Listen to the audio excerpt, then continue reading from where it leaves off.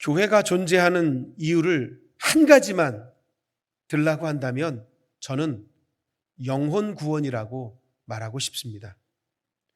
그리고 영혼 구원에 대해서 가장 강력한 말씀은 어떤 말씀인가 우리에게 물어본다면, 또 저에게 물어본다면 오늘 읽은 바로 본문 말씀을 들을 수 있을 겁니다. 어떤 분들은 이 말씀 듣고 선교지로 떠났습니다. 어떤 분은 이 말씀 듣고 잃어버렸던 그 신앙의 열정을 다시 한번 일으키기도 했습니다. 그래서 강력한 선교의 명령입니다. 오늘 이 말씀 가운데 담겨진 새로운 은혜들을 같이 발견해 보면서 은혜를 나누도록 하겠습니다.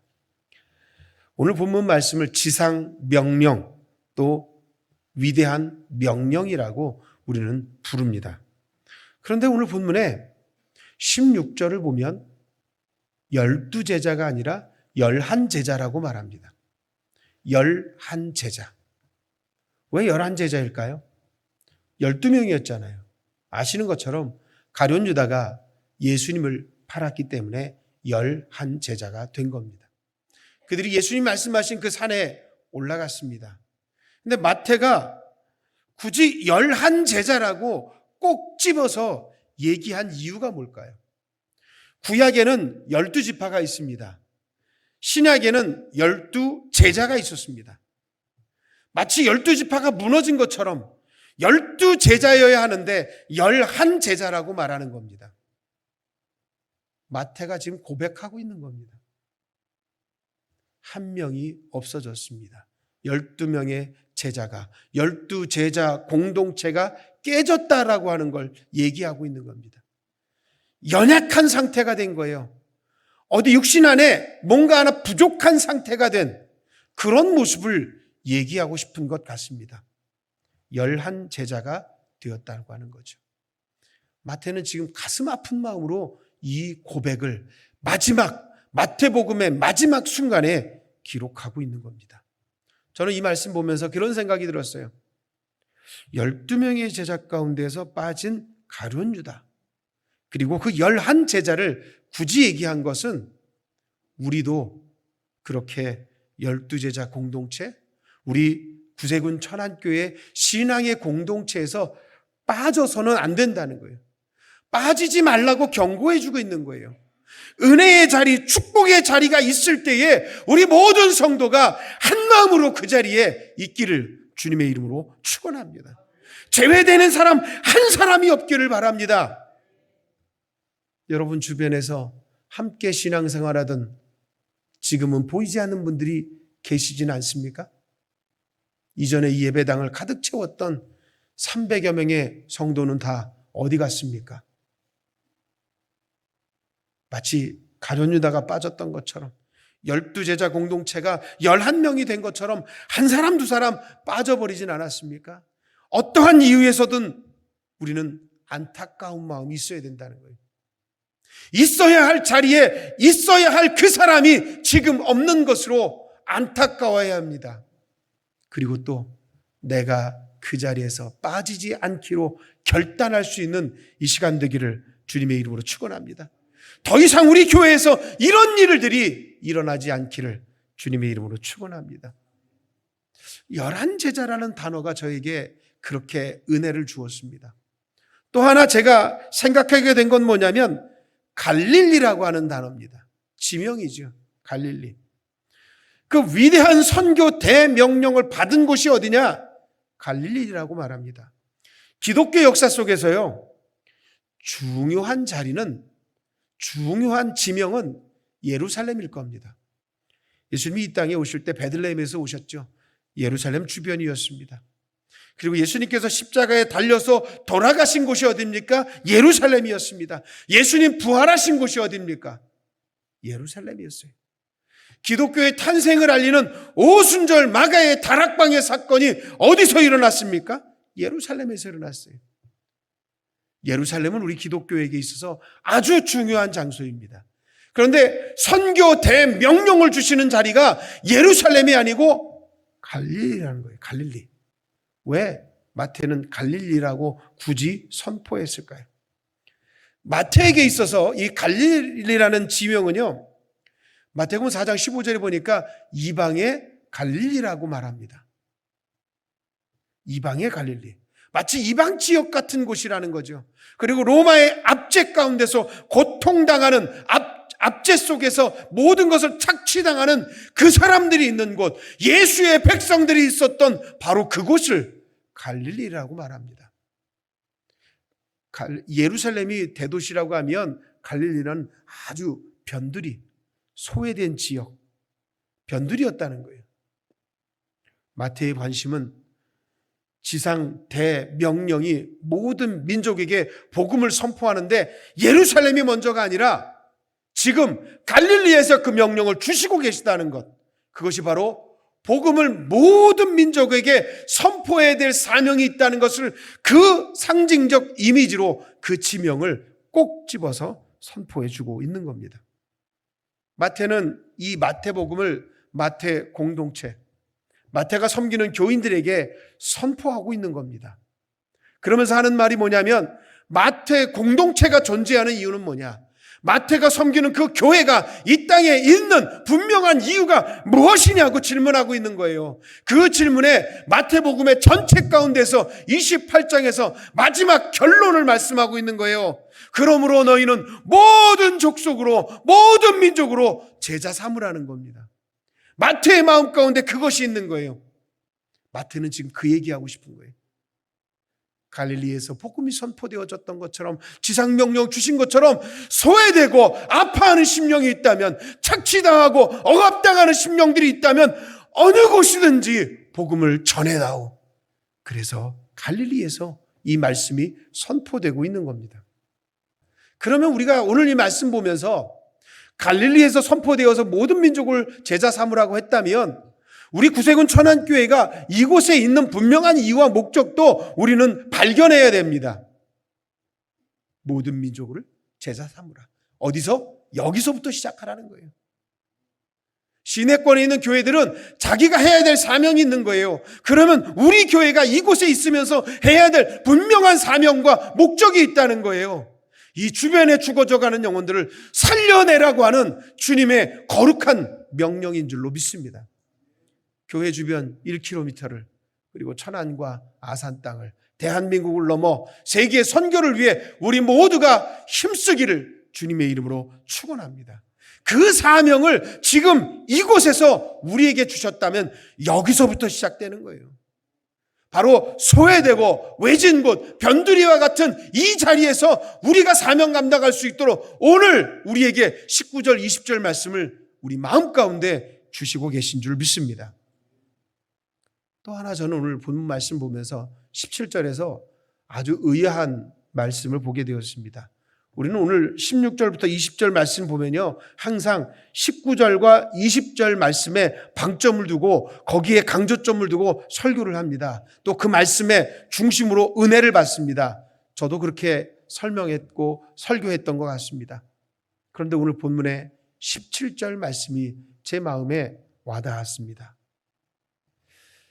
오늘 본문의 배경은 갈릴리요, 그리고 11제자가 예수님과 함께 그 산에 모였습니다. 제자들이 예수님을 만났을 때 이전에 하지 않던 행동을 합니다. 뭐냐면 경배합니다. 이전엔 스승으로서 예수님을 만났었습니다. 이제 부활하신 예수님을 만나면서 경배하기 시작합니다. 이분이 진짜 하나님이셨구나. 그걸 깨달은 거예요. 그래서 경배합니다. 경배한다는 건 굉장히 믿음이 좋은 상태로 볼 수 있죠. 예배를 드리고 있는 상태는 믿음의 상태라고 볼 수 있을 겁니다. 그런데 주님이 보실 때에 경배하기는 하지만 아직도 의심하는 사람이 있다는 거예요. 17절 말씀 같이 보겠습니다. 예수를 배웠고 경배하나 아직도 의심하는 사람들이 있더라. 아멘. 저는 이 말씀이 딱 마음에 와닿았어요. 마음에 걸리기도 했으면 마음에 와닿았어요. 경배하는 사람이 의심할 수 있을까요? 예수를 믿는다고 하는 사람이 의심할 수 있을까요? 경배와 의심, 믿음과 의심이 같이 공존할 수는 없습니다. 그런데 지금 공존하고 있는 것을 예수님이 말씀하고 있어요. 경배하는 사람이 지금 의심하는 거예요. 언뜻 이해가 되지 않죠.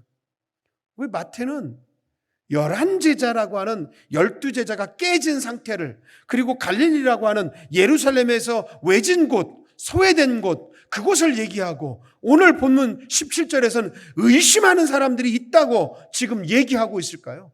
뭔가 부족한 상태를 자꾸 얘기하고 있어요. 반복해서 그 얘기를 하고 있는 거예요. 저는 그 모습 보면서 우리들의 모습이 보였습니다. 이게 우리들의 영적 상태는 아닌가? 우리 교회의 영적 상태는 아닌가? 이렇게 생각이 됐습니다. 우리가 보통 의심 많은 제자 하면 도마를 얘기하죠. 뭔가를 확인하고 싶은, 관심이 많은 사람으로 저는 얘기하고 싶습니다. 그래서 도마는 예수님의 그 못자국, 창자국을 보고서야 믿는 사람이 되었죠. 도마처럼 또 그렇게 관심이 많고 확인하고 싶은 사람이 조금 한두 명 정도 더 있나? 이렇게 생각하고 넘어갈 수 있는 구절입니다. 그런데 마태가 헬라어로 본문을 기록할 때는요, 이 단어를 쓸 때에 아주 적절한 단어들이 쓰여지는데 마태가 의도하는 단어를 쓰는 거예요. 오늘 본문이 바로 그런 마태가 특별히 쓰는 단어가 들어간 거예요. 그 단어를 해석해서 오늘 본문을 본다면 11제자 모두 다 의심하고 있다고도 해석할 수 있는 거예요. 몇 명만 의심했다고도 볼 수 있지만 그 단어를 보면서 모두가 다 의심했다고도 볼 수 있는 거예요. 오늘 16절과 17절을 제가 다시 해석해서 읽어보면 이렇습니다. 11제자가 갈릴리에 가서 예수께서 지시하신 산에 이르러 예수를 배웁고 경배하나 그들이 아직도 의심하더라. 이렇게 얘기를 해서 본문을 읽어 내려가면 11제자 모두 다 의심하고 있다는 거예요. 예수님 지금 앞에 계세요. 십자가에 달려 돌아가셨던 그 예수님이 살아나셔서 지금 내 눈앞에 있습니다. 예수님이 계신 것 자체를 의심할 수는 없어요. 이해되지 않고 논리적으로 설명할 수는 없지만 예수님이 여기 계신 것을 그냥 받아들인 거예요. 육체로 살아계신 그것을, 부활체로 계신 것을 그냥 믿는 거예요. 이해가 다 되진 않지만 그냥 믿었어요. 근데 의심되는 건 뭘까요? 부활이 의심이 되는 거예요. 이해가 안 된다는 거예요. 이해가. 종려주일부터 부활주일까지 한번 일주일간의 일정을 한번 여러분들 생각해 보세요. 그동안 예수님을 따르며 믿었던 제자들은요, 예수님이 로마의 정권을 뒤집어 엎어서 진짜 왕이 되는 것을 꿈꿨어요. 예수님이 왕이 되시면 나를 우편에 좌편에 이렇게 앉혀달라고 했던 것들이 제자들의 꿈이었다는 거예요. 예루살렘 성에 입성했을 때는 야, 이제 진짜 그때가 왔구나. 구약에 예언되어졌던 메시아가 로마의 정권을 뒤집어 엎고 평화의 왕으로 우리 유대 민족을, 이스라엘을 다시 세워주시겠구나. 모두가 그렇게 생각했다는 거예요. 그래서 종려나무 가지를 꺾어서 바닥에 깔고 겉옷을 벗어서 바닥에 깔았다는 거예요. 호산나 다윗의 자손으로 오시는 이여 평화의 왕이여, 그렇게 사람들이 외쳤어요. 그때는 기분이 들떠서 아주, 이전에는 막 고통 중에 있다가 이제는 마음이 막 들떴어요. 사기가 막 올라갑니다. 그런데 그날 이후부터 하나 둘씩 일이 진행이 되죠. 성전 청결 사건이 일어났죠. 많은 사람들이 눈총을 받는 일들이 계속 일어난 겁니다. 변론하는 일들이 있었죠. 그리고 목요일 날 마가의 다락방에서 많은 제자들과 함께 최후의 만찬을 드셨죠. 그때 예수님이 예언하십니다. 나를 팔 자가 이 중에 있다고 예언하십니다.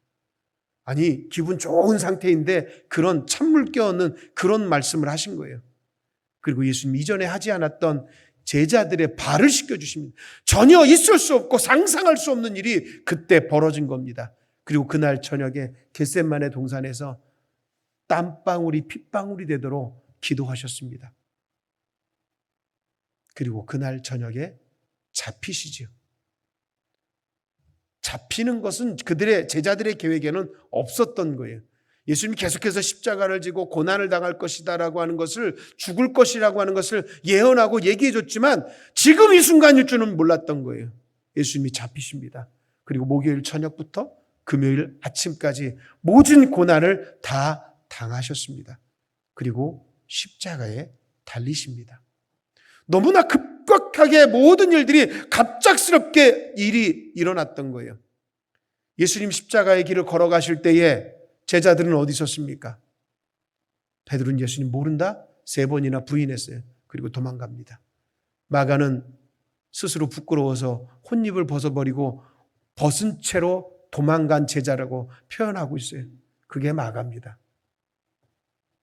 요한 빼놓고는 다 도망갔어요. 나머지 제자들은 어디 있나요? 아무런 기록도 성경에서는 찾을 수가 없습니다. 그런데 예수님이 십자가에 달려 돌아가시고 죽은 걸 먼 발치에서 봤어요. 돌아가셨어요.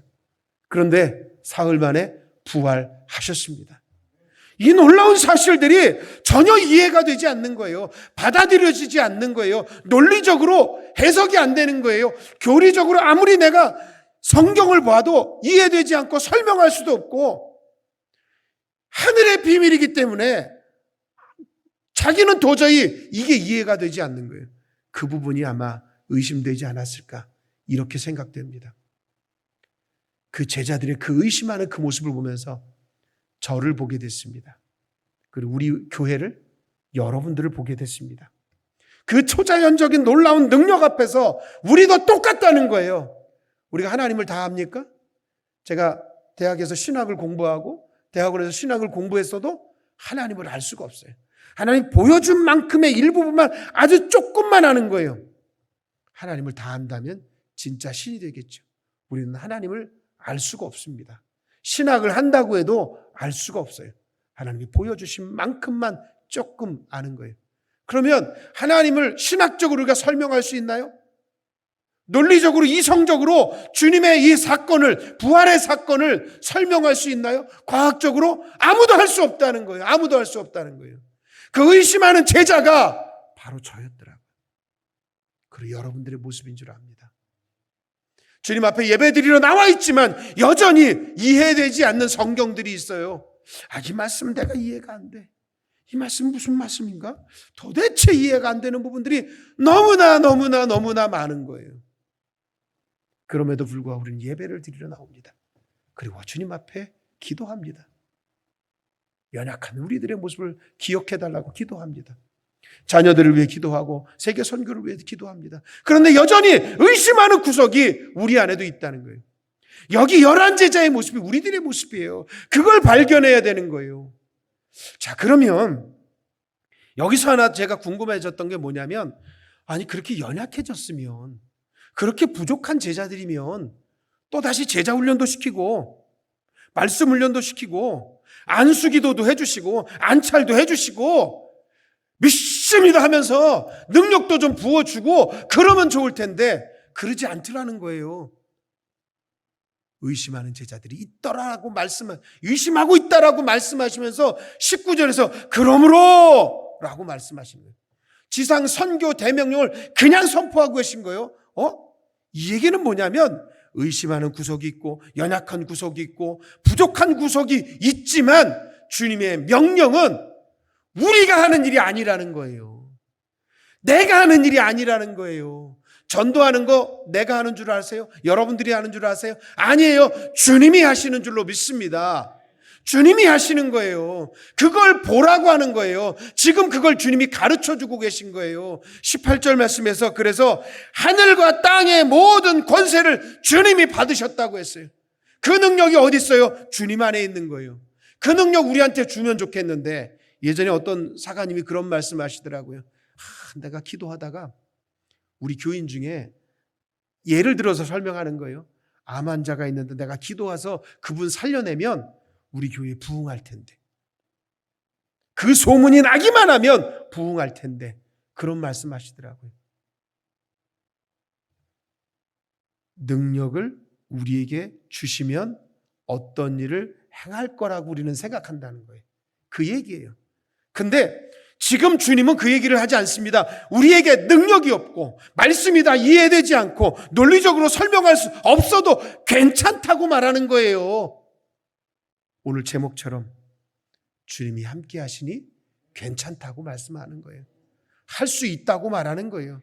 우리 교회가 예배자 250 부흥운동을 오래 하고 있습니다. 우리의 힘으로는 할 수 없지만 주님이 함께 하시면 가능할 줄로 믿습니다. 우리는 연약해 보이고 성경을 다 알 수도 없고 이해할 수도 없지만 주님이 함께 하시면 가능할 줄로 믿습니다. 하늘과 땅의 모든 권세를 가지신 그분이 우리와 영원토록 함께 하시기 때문입니다.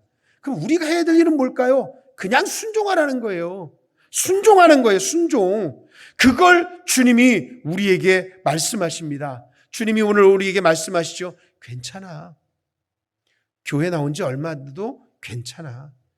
교회에서 봉사할 때, 헌신한 일 있을 때 좀 빠져도 괜찮아. 빠졌어도 괜찮아. 그 얘기입니다. 내가 헌금을 많이 못해도 괜찮아. 내가 사명 감당하지 못했어도 괜찮아. 순종하는 것을 주님이 원하신다는 거예요. 제자들 지금 다 도망가 버렸었잖아요. 주님 모른다고 부인했잖아요. 그게 가장 수제자였던 베드로였다는 거예요. 우리는 그렇게까지도 못하잖아요. 그런데 우리 주님이 우리에게 말씀하시는 거예요. 괜찮아. 내가 할 테니까 염려 마. 걱정하지 마. 할 수 있다고 하는 것은 주님의 능력 가운데서 이루어질 줄로 믿습니다. 19절부터 20절 말씀에 핵심되는 동사는 제자 삼으라는 거죠. 제자 삼으라는 거였어요. 보조가 되는 동사가 있습니다. 가라, 세례를 베풀라, 가르친 모든 것을 배운 것, 모든 것들을 가르쳐 지키게 행하라. 이 세 가지입니다. 제자 삼기 위해서 우리가 행해야 될 일 그겁니다. 저는 믿음이 연약하고 교회에 나온 지 얼마 안 됐고 아는 것도 없고 부족합니다. 그때 주님이 말씀하시는 거예요. 괜찮아. 내가 너와 함께 할 테니까 하늘과 땅의 모든 권세를 가지고 너 안에서 내가 행해 줄 테니까 걱정하지 말고 가라는 거예요. 그 말씀에만 온전히 순종할 수 있기를 주님의 이름으로 축원합니다. 복음을 전할 수 있는 기회는 영원토록 계속 주어지지 않습니다. 어느 순간에 그 문이 닫힐 때가 온다는 것을 기억하시기 바랍니다. 어느 독일 병원에서 설암으로 혀를 잘라야 되는 그런 수술을 앞두고 있습니다. 모든 준비를 다 해놓고 카세트를 준비했습니다. 의사가 이렇게 얘기를 하죠. 이제 준비는 다 끝났습니다. 지금 수술을 진행하면 환자분께서 앞으로 말을 할 수가 없습니다. 글로만 쓰셔야 합니다. 그러니까 그곳에 있었던 많은 사람들이 눈물을 흘립니다. 형제 자매들이 눈물을 흘리고 그 환자도 눈물을 흘립니다. 그러면서 마지막으로 하실 말씀이 있으면 지금 말씀하십시오. 제가 녹음해 드리도록 하겠습니다. 그랬더니 그 환자가 두 마디를 합니다. 하나님 사랑합니다. 하나님 감사합니다.